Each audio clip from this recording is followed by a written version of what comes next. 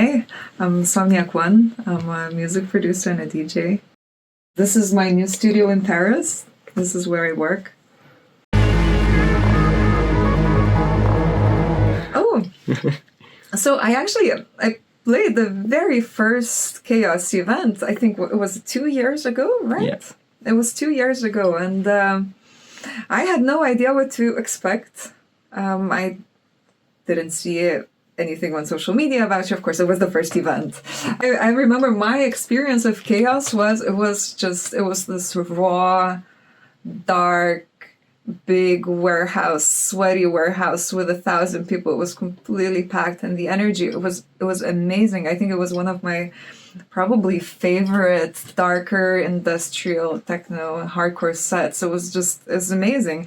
I remember there was this moment I played this track by Fracture 4, and it's a really, really deep, atmospheric, melodic, slow industrial hardcore track. And there's a vocal about something about darkness. Like, there's a darkness here. There's a darkness here. There was this moment when all the lights went off. It was just completely dark, and it stayed dark for, I don't know, it felt like half a minute maybe or something like that. So I don't usually get very emotional during my own sets, because to be honest, I'm just working and I know the music. I'm doing my job. I hope that it impacts others emotionally, but for me, I'm this clown on stage doing my thing. But even I got emotional during that moment. It was a powerful moment. So that really stuck in my mind. Yeah. It was a really nice event, so I'm hoping to relive a little bit of this vibe and mood, but during the New Year's. So I started when I was very young. I was 13 only, and I'm now 32. So it's been quite a long time. When I started out, the idea of making something from completely nothing was really cool. And when I heard electronic music for the first time, what I really liked was the fact that your sounds, they can be anything. It's not a specific instrument. It's not like a guitar or a piano, and it's always going to sound like this, unless you're really crazy and experimental as a musician. No, you can make absolutely anything, and you don't need a lot of expensive tools for it. All you need is a computer, and a simple computer is enough, and all you need is a DAW, and that's it. The studio doesn't have to be like fancy big. You don't have to have a lot of gear or anything like that. You can just do it. So I took my dad's laptop and I started making music, and I loved it.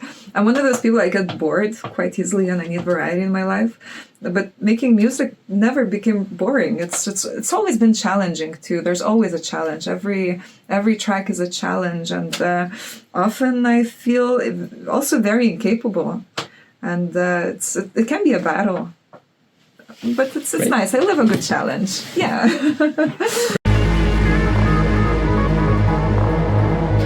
What is the story? So, the tracks, they're quite simple tracks, right? But my aim was to make 4 tracks that would each capture a slightly different mood or a slightly different emotion or a vibe. And it turned out to be quite a coherent set, I guess. When I started making the tracks, I didn't have the intention I'm going to make this kind of an EP specifically, but slowly over time, it just all came together. There was one track, and then I thought, okay, I need something like this. And it also just followed, the creation process also followed the change in my own mood in relation to seasons, because it takes me a long time to make music. So Poly Nightmare was the first track that I started. I think I started 2 years ago, actually. And I finished it maybe a year after. So I started the project and it was resting for quite a bit, and then I managed to finish it later. And I think the second track was Damp Dreams, which is also, it's a very simple track. I don't normally make acid tracks because I find it I mean, I think it's a little bit boring in a way, because it's just a sound that already exists. It's like picking up an instrument and using that. But yeah, I allowed myself to do it this time. It feels a bit too easy to do an acid track, you know? And it's also really fun with acid. I like to have two instances. So actually I use VSTs a lot. I use software, and for this one I also use the VST plugin called ABL Baseline. It's a pretty good one for acid, and it's really nice to for the same melody or for the same acid line to use two different instances of the plugin, because then you can automate two of them separately, so there's a little bit more movement. It's more interesting to do it that way.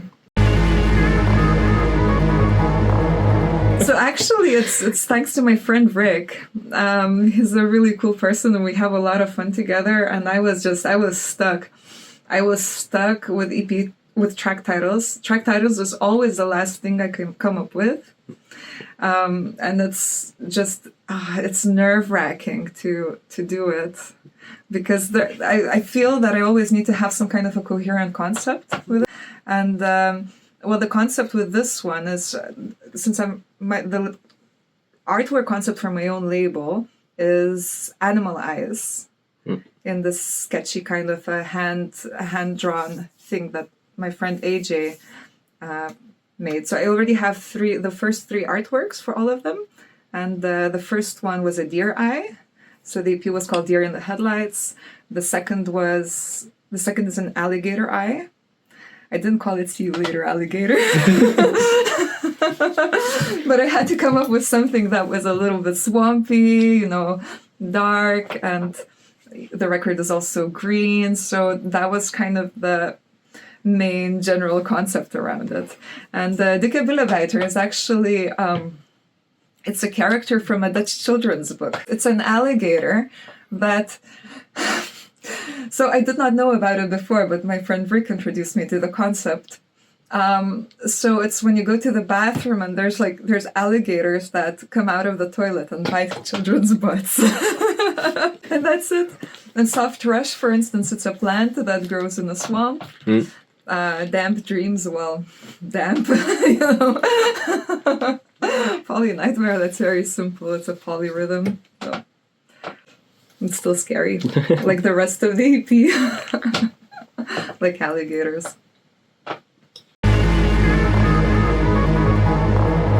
Yeah, I mean, so we currently have this trend, and we've had it for a while, that techno is becoming more and more popular, more and more mainstream. I don't know if you can call it techno anymore. It's just like, you know how back in the days, certain people called all electronic music techno. I think we've arrived at that point again. But it is a very, very specific sound that is popular now. So you see maybe a lot of big events and a lot of big festivals that used to book maybe more quite creative techno lineups. They ended up booking the more popular things. I mean, at the end of the day, for a lot of event promoters, big event promoters, it's a business. So they will book whoever will sell a lot of tickets. Doing parties is always a big risk, right? You know how that works. So if you want to book underground artists, or if you want to book music that you really, really want, but is maybe not that popular, then you're always running a risk of losing a lot of money. So it takes a lot of passion to do this. And I guess when a trend is this way, well, the people that will get booked the most are the people that are going to be selling the most tickets. So to be honest, yes, this TikTokization, McDonaldization, whatever, of techno. Yeah, it was very depressing for me, to be honest, for a very long time, because of course I saw the trend start maybe around the pandemic, maybe even a little bit before the pandemic. It's been happening slowly and slowly and slowly. And actually, I was even at that point, maybe 2 years ago, and actually, just before I started making this EP that just got released, I was a little bit maybe I had gotten a bit cynical about the music scene, and there was a time where I thought to myself, well, I don't see much of a purpose in producing music. I know a lot of other artists share this sentiment because, well, first thing is that unlike before, or unlike a few years ago even, the people who get booked for these events, which is the only way you can actually make money from music, it's event bookings. Well, not the only way. If you have a TikTok hit, you can make like a lot of money, but I'm not in the business of TikTok hits. So back in the day, people were maybe more likely to get booked for impactful productions or impactful releases. And nowadays in techno, I see it's just, well, maybe somebody produced one track or they had a very big flashy live stream, but they haven't really done that much aside from that.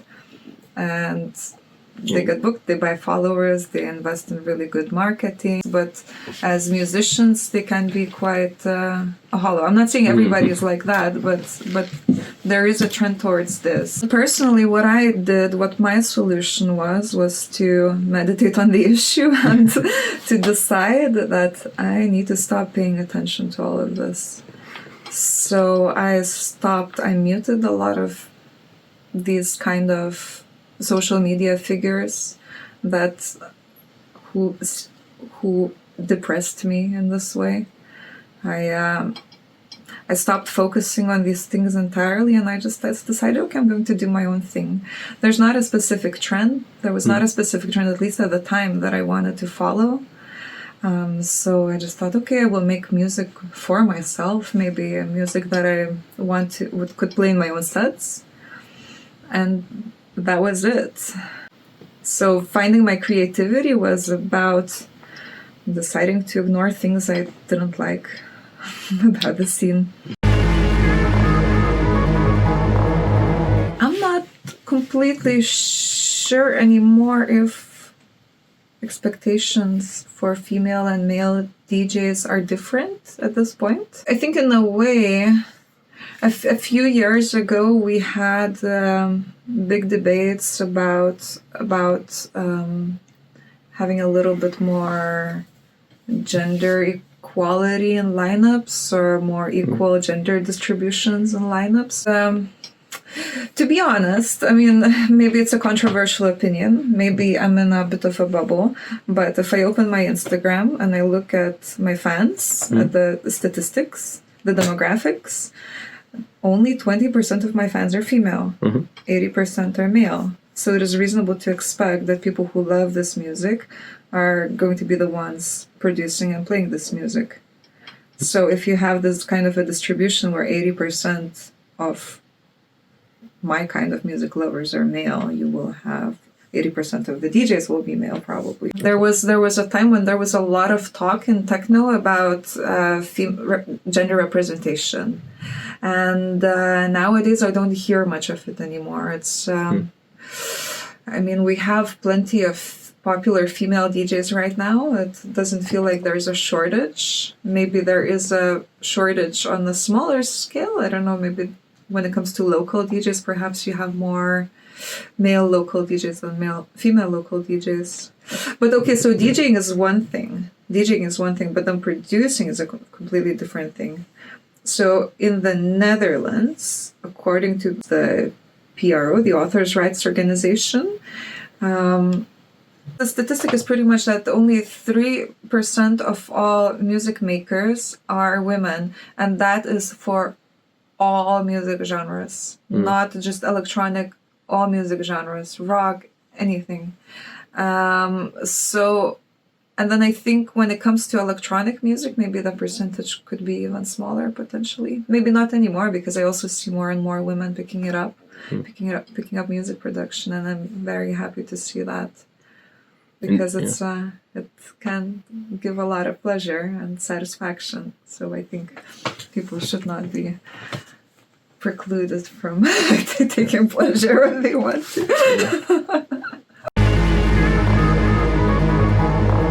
Oh my god. God, I had an amazing period lately. In general, I've been having so much fun everywhere. Every single weekend, it's just I've been partying, seriously partying. 2 weeks ago, I think it was Prospect XL. It's this. So Prospect is a Dutch underground hardcore, hard drum and bass, breakcore music label. And they're based in Rotterdam, where I lived for a while, and I've released a few records on that label. So every single year in December, they have one big party at this big, nice warehousey location in Rotterdam. It's called Maasilo. And everybody is there from that scene. So all of my friends are there and so on. So for some reason, the day before, I was at this party in Groningen. And I was sitting backstage and just talking to people over there. And there's this one annoying thing that I have to do as a music artist. So people buy my records and then they come to me and they say, hey, could you please sign it? And I really don't like to sign my own records because my handwriting is bad. I put so much effort into the artwork, into the sleeve. The product is the way it's supposed to be, and I do not want to ruin it with my own handwriting. So, so I was giving away records. I gave away 2 records to people who said the code word Dikke Bullebeiter at the party, to the track title.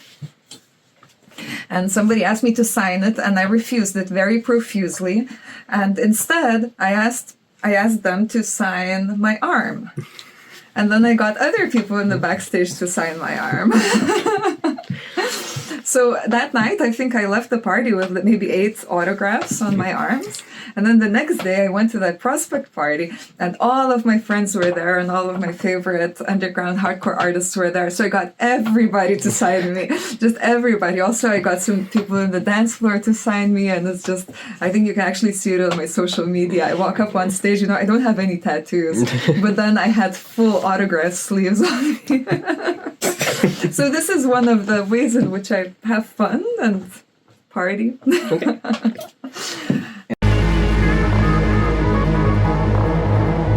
Ooh, 2025.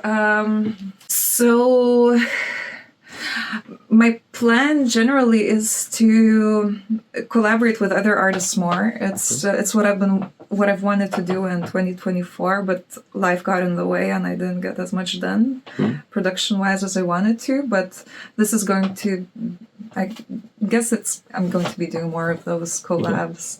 And the other thing is that, as an artist, I don't... in electronic music, people expect artists to produce or to play one very specific kind of a sound. They have to be in a specific box. Let's say, if you play hard techno, you play hard techno. If you play TikTok techno, you play TikTok techno. If you play or produce groove, you're a groove DJ. And to me, as a person, I find it to be quite boring. So I've been expanding my own range of what I do for a very long time. So I'm going to be further working on this, and I think it's going to be a question of marketing, to be honest, on how to present it to event promoters. What you see on social media is usually just a small part of what I actually do and what happens at night. I've been playing also a lot of techno gigs, also more classical techno.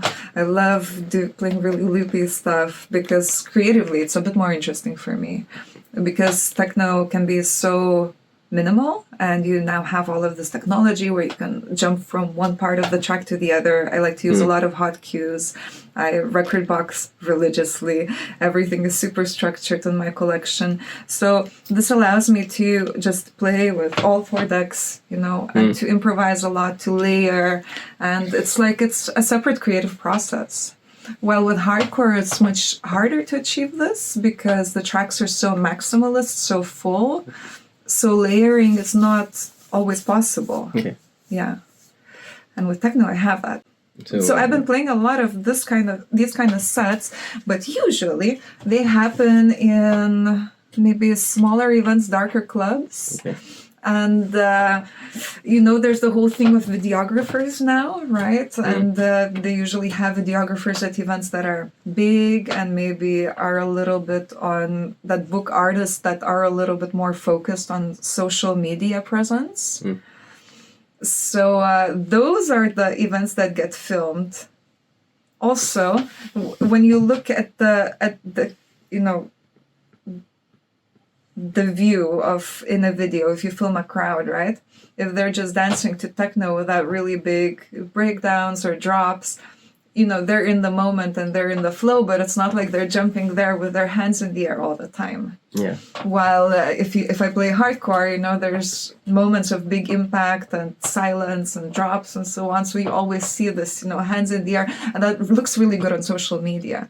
It doesn't mean that people were having more fun than in a little bit more of a linear hypnotic set. But it looks better on social media. It reaches more people. So you get the impression that I'm always playing hardcore. Yeah, it's not true. For me personally, I don't know. I know how important social media is, and I know that I should be focusing more on that, spending more time on that, but it's time consuming, and I believe that we're all in this for the experience. It's not even going to be that much about expanding my range, but it's about me trying to establish myself as an artist who has a range. So maybe it's going to be more about marketing. But when it comes to real things, like real work, real music work, I'm going to be doing more collaborations. And also with hardcore artists and with techno artists, so it's going to be diverse. I'm not going to be focusing on one genre specifically. I'm one of those producers, I don't like making the same track over and over, so when I finish a track I want to do something quite different than the previous one. Yeah. So it's more exciting.